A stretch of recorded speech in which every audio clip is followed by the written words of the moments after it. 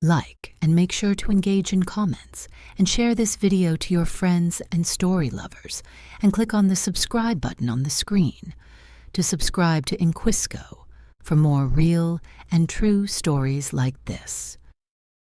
Now, get this, Inquisco is bringing something new. The comment section is now open to suggestions on stories that you would like us to post. This is going to be a tradition that will be done once every month. So, go now in the comments and type down the stories you would like us to post. We will choose the best story and create a video.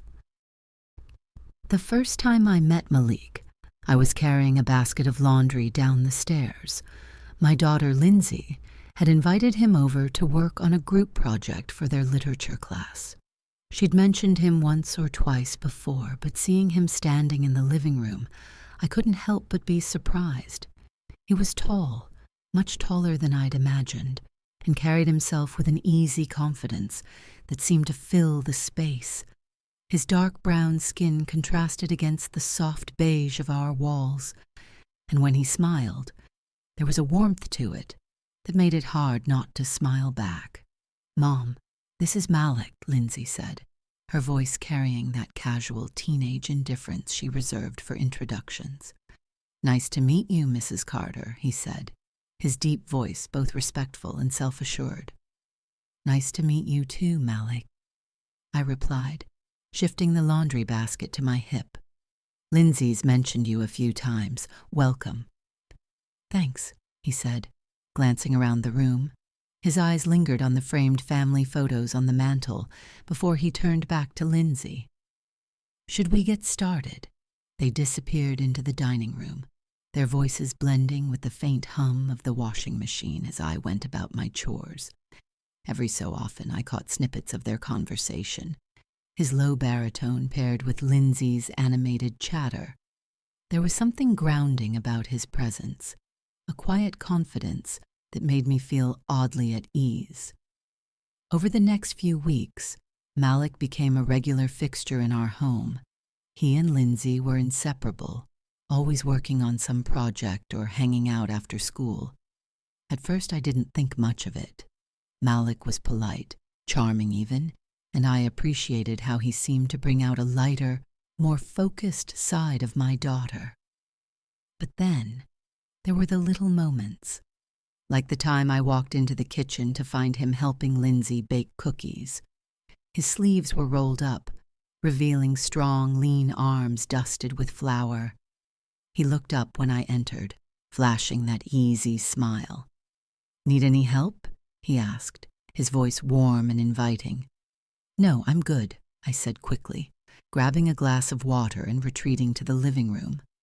My heart was racing, though I couldn't quite figure out why, or the time he offered to help me carry groceries inside. Lindsay wasn't home yet, so it was just the two of us unloading bags from the car. He moved with a natural ease, his presence filling the quiet space between us. "You didn't have to do all this," I said, setting a bag on the counter. "It's no trouble," he replied, his eyes meeting mine for a moment longer than necessary. There was nothing inappropriate about it, nothing I could point to as crossing a line, but it lingered, that unspoken awareness between us. I told myself I was imagining things. Malik was just a polite, respectful young man who happened to spend a lot of time at our house. And yet, the way he looked at me sometimes, a fleeting glance, a subtle shift in his tone, left me unsettled in ways I didn't want to admit. One evening, as I folded laundry on the couch, I heard Lindsay and Malik talking in the dining room. Their laughter drifted through the house, easy and unguarded. I smiled to myself, grateful that my daughter had someone like him in her life. But then, Malik walked into the living room, carrying an empty glass. He paused when he saw me, his eyes flickering to the neatly folded piles of clothes on the coffee table. "Need any help?" he asked, setting the glass on the end table. "I think I've got it," I said, my voice steadier than I felt. He nodded, but instead of leaving, he lingered, his gaze sweeping over the room before settling back on me. "You're always busy," he said, his tone almost admiring. I laughed softly, hoping to deflect. "That's motherhood for you, never a dull moment." He smiled, but there was something different about it this time, something quieter, more contemplative. "You're doing a great job, Mrs. Carter. Lindsay's lucky to have you." "Thank you," I said, feeling a warmth rise to my cheeks. "That means a lot." For a moment, neither of us moved. The room felt too quiet, too charged, and I realized with a start that I was holding my breath. "I should get back," he said finally, his voice breaking the spell. "Of course," I replied, my heart racing as he turned and walked back toward the dining room. As I finished folding the laundry, I couldn't shake the weight of that moment. It was nothing, I told myself, just a kind word, a fleeting exchange. But the way my pulse quickened, the way his voice lingered in my mind, told a different story. The next time it happened, it was late on a Saturday afternoon. Lindsay had gone out with some friends, and I was home alone, tackling the never-ending list of chores that seemed to grow by the hour. Malik showed up unexpectedly, saying he'd left a textbook behind and needed it for an assignment. "Come on in," I said, stepping aside to let him in. "Thanks, Mrs. Carter," he said, brushing past me. His cologne lingered in the air, a clean, musky scent that I hadn't noticed before. I watched him head to the dining room, his tall frame moving with an easy grace.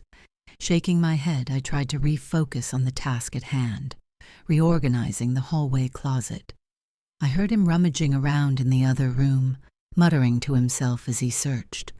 After a few minutes, he appeared in the doorway, holding the book triumphantly. "Found it." "Good," I said with a smile, tucking a stray strand of hair behind my ear. "Don't lose it again, or Lindsay will never let you live it down." He chuckled, his deep laugh resonating in the small space. "You're probably right about that."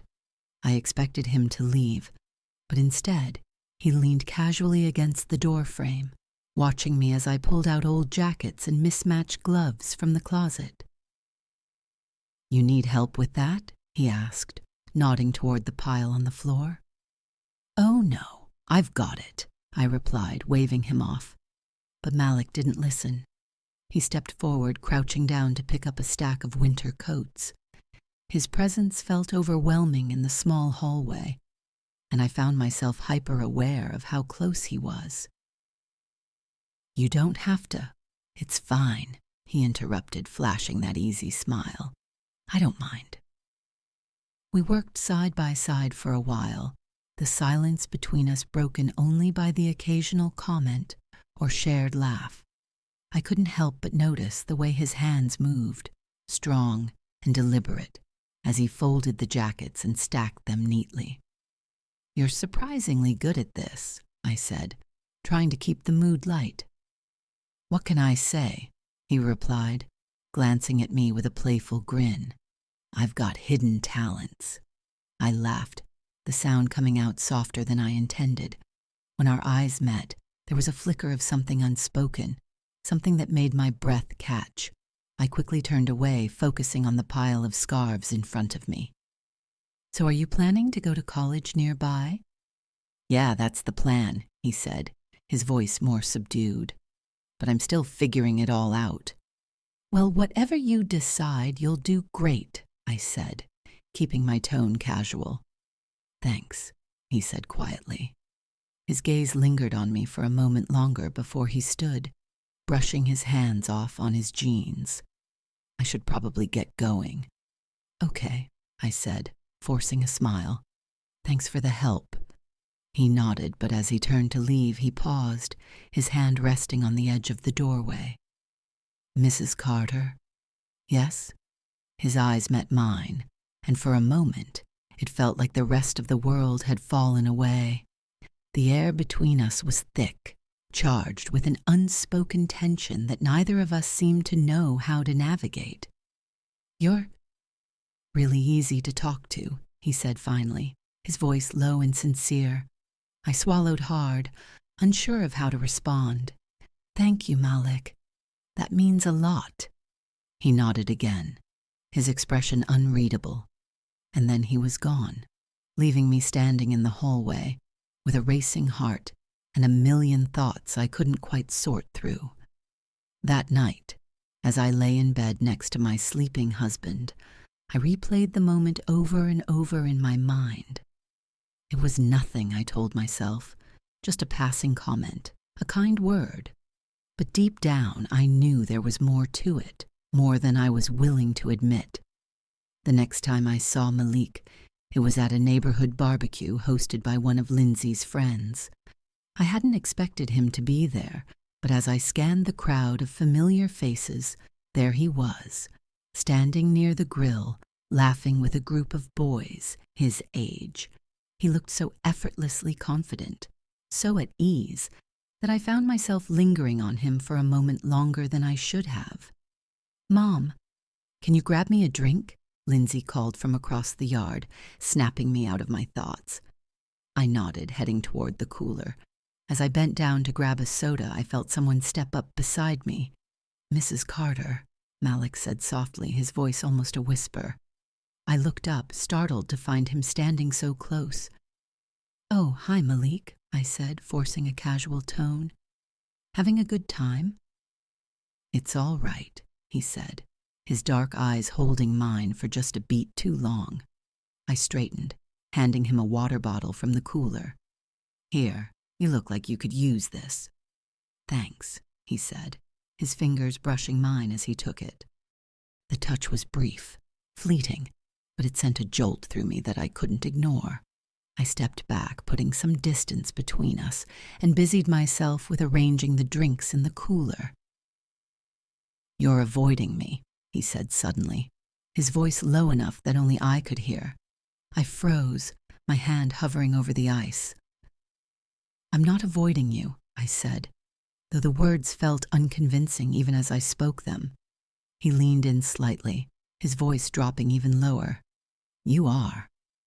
"Malik," I began, my tone firm but quiet.